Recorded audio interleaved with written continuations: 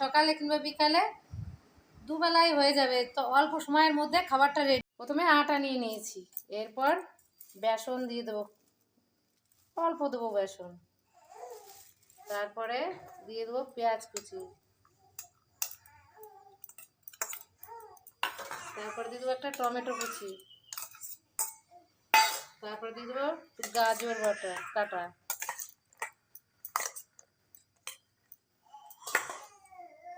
লঙ্কা কুচি,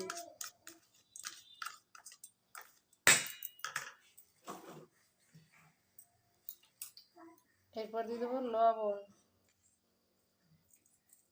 পরিমাণ মতো লবণ,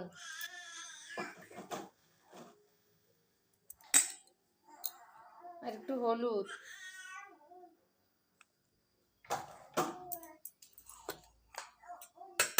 আর দেবো চাট মশলা,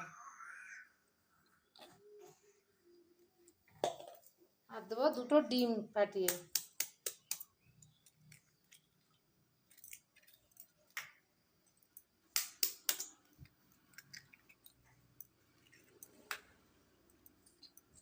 এবারে ভালো করে মাখাবো। জল দিয়ে দিলাম।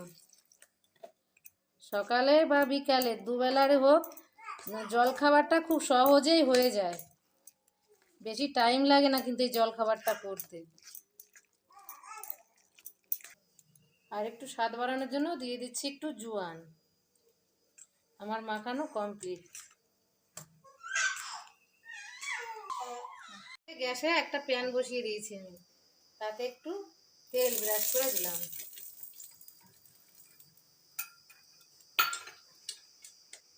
এরপর দিয়ে দেবো, এদিকে এইভাবে চারিদিক ঘুরালে কত সুন্দর ঘুরে যাবে, একদম গোল হয়ে যাবে।